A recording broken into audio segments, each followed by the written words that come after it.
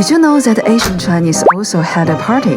It was even richer than ours today. But most farmers still went to bed early because the lights were too expensive. If they couldn't sleep, the whole family would chatting and telling ghost stories. So warm and cozy. Even though there was a curfew in ancient times, the rich could still party all night. Look at this painting, music, dancing, wine. It's just like today's high-end VIP parties. So in the past or today, whether your nightlife is fun or not, it all depends on how much money you have. Subscribe. Have you ever seen a fish that looks like it's jumping over a dragon gate? In China, that means success. This dish is called sweet and sour cup, 糖醋鲤鱼. It's been a famous dish in China for over 3,000 years. Back in the spring and autumn period, that's long ago, people were already gifting cup like it was treasure. In Jinan, a city in the northern China, they've got tons of yellow river cup, super tender and tasty. Chefs deep fry the fish until crispy, then pour on a sweet and sour glaze. It's also a star of Chinese New Year dinner because the word for fish sounds just like extra or abundance in Chinese. So wish me lots and lots of fish this year. Subscribe. Did Asian Chinese only rely on fans to stay cool in summer? Actually, their cooling methods were pretty advanced. In royal palace, they had water-powered systems. When the wind blew, it felt just like natural air conditioning, and they even put ice and flowers in front of the fan. But wait, no fridges back then, so where did they get ice? They stored it. They cut ice from frozen lakes, hauled it to underground storage, and covered it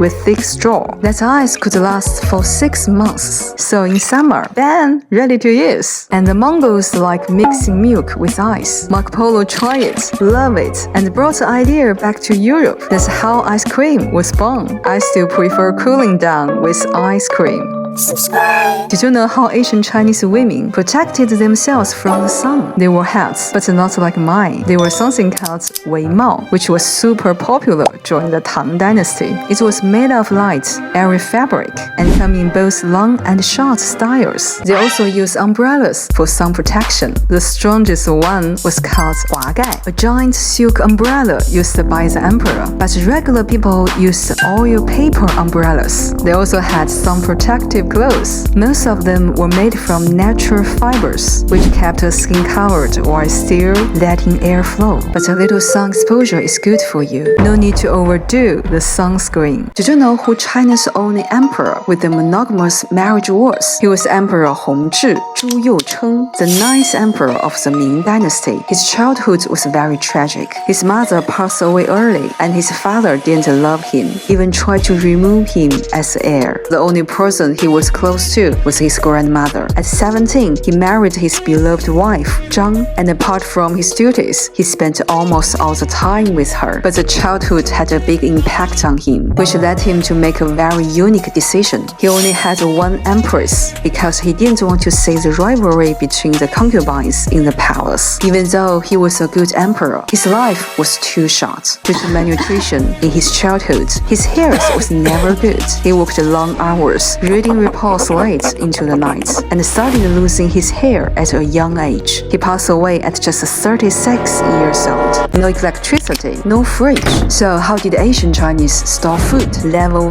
They used clay pots and ceramic jars to seal food and keep it fresh. Level 2. People used cellars to store food at low temperatures. They even used ice and snow, basically like a natural fridge. But it wasn't just about the cold. Drying food was another method they used. Drying food out made it last a long time. Level 4. They also pickled food using salt, sugar, and other seasonings to stop bacteria from growing. These methods are still in use today. Pickled cabbage is a must-have at home, and I love it. Subscribe. There were no banks, so how did people in ancient China store their money? Regular people didn't have much money, so they'd string copper coins together and hang them on the beams. But thieves loved climbing those beams too, so people invented the pullman. It was like today's piggy bank. But that wasn't enough for the rich. Wealthy families came up with the upgraded version, the money jar. They'd sear it and bury it in their yard, then dig it up when needed, kind of like a fixed deposit. But for super rich families, even jars couldn't cut it, so they created the money void. Archaeologists discovered a Qing Dynasty money void in Shanxi, filled with tons of copper coins. Looks like this family might have been a little too rich for their own goods. In China, if someone's partner cheats on them, we say they've been greened. But why green? Ancient Chinese believed that red, yellow, blue, black, and white were the noble colors, while mixed colors like green were considered impure. People who were at the lowest social status, like servants or beggars, often had to wear green headscarves. So where did the green hat milling come from? Families of prostitutes were forced to wear green headscarves as a mark of shame. Over time, the green headscarf turned into a green hat, and that's how green became a symbol of cheating. Even today in China, wearing a green hat is a joke, so never give a green hat to your Chinese friends. Subscribe. Did you know the Forbidden City has 72 wells, but no one dared to drink from them? Once you know why, you wouldn't drink it either. It's underground water, full of who knows what, dirty, might make you sick. But that's not even the scary part. Back then, if a servant made a mistake, they might be forced to jump into the well to die. The palace was full of drama. Some even poisoned the well to harm their rivals. So what were these wells actually for? They were like ancient fire extinguishers. The Forbidden City was mostly made of wood. One spark and boom, fire everywhere. So the 72 wells were there to stop fires before they spread. Subscribe. Did people in ancient China pay taxes? Actually, it was way more complicated than you think. In the Han Dynasty, people had to pay for main types of taxes every year. First, land tax, 田租, giving the government stuff like grain and animal feed. Second, head tax. The more people in your family, the more taxes you pay. And if you are a woman over 30 and still not married, you had to pay 5 times more tax. Third, 耕赋. That's basically skip military service money. Don't wanna dig ditches or build walls, just pay up. Fourth, 献费, a special payment just to show respect to the emperor. Yeah, the emperor worked so hard, you had to pay him to say thanks. So for a family of 5, that adds up to around 2,000 qian per year. That's about $1,700 today. Who knew even single ladies were taxed in ancient China?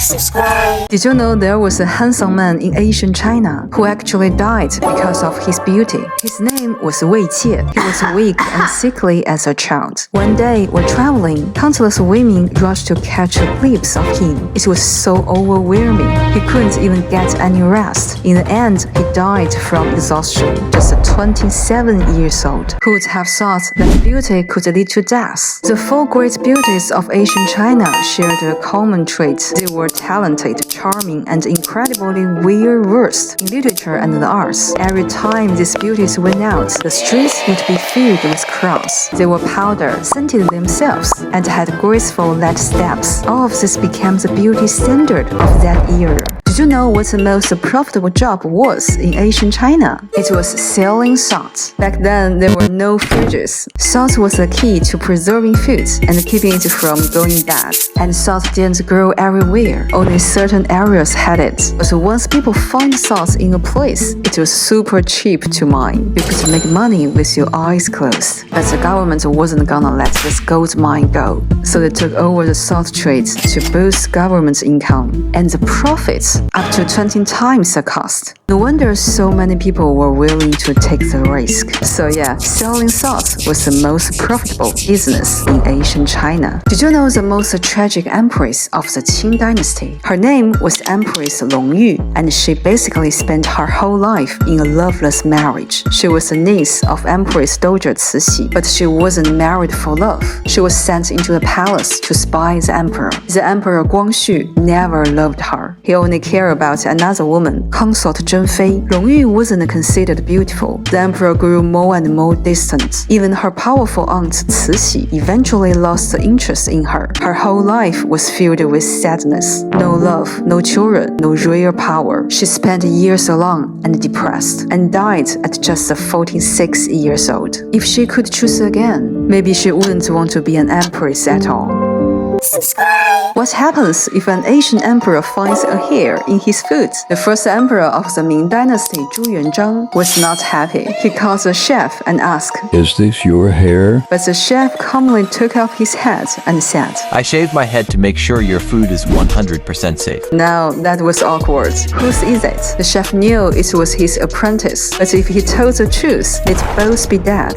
So he looked at the hair and said, That's your royal beard. Zhu Yuanzhang burst out laughing. "Oh, it's my hair. You're way too smart to be just a chef. I'm promoting you to an official." And just like that, the clever chef not only saved his life, he got a government job. Why did Asian Chinese men love putting flowers in their hair? We call this 簪花. Every time Emperor Zhaoji of the Song Dynasty went out, he would have a flower in his hair, and his officials did the same. And the flowers even represented their official rank. When the emperor gave the flowers to his ministers, it was a way of showing recognition and honor. It wasn't just about beauty, it also symbolized elegance and status. There were many types of flowers used. They even use fake flowers for decoration. Today, if you see a man with flowers in his hair, you might find it a bit strange. But in ancient China, it was a fashionable and fun tradition. Have you ever heard of a dish called nine-turned pork intestines? 九转大肠. It was originally called boiled pork intestines. There's a story about a poor scholar who went to Beijing for an exam. Before he left, his mother gave him a dried pig intestine as food for the journey. Later, he passed the exam, but he could never bring himself to eat the pig intestine. To thank his mother, he asked a chef to turn it into a dish. This dish has a flavor that's bitter at first, then sweet with many layers of taste. From then on, this dish became famous and is now one of signature dishes of Shandong cuisine. I tried it once when I was there, and to be honest, it was a bit too greasy for me. I still prefer boiled pork intestines. Subscribe.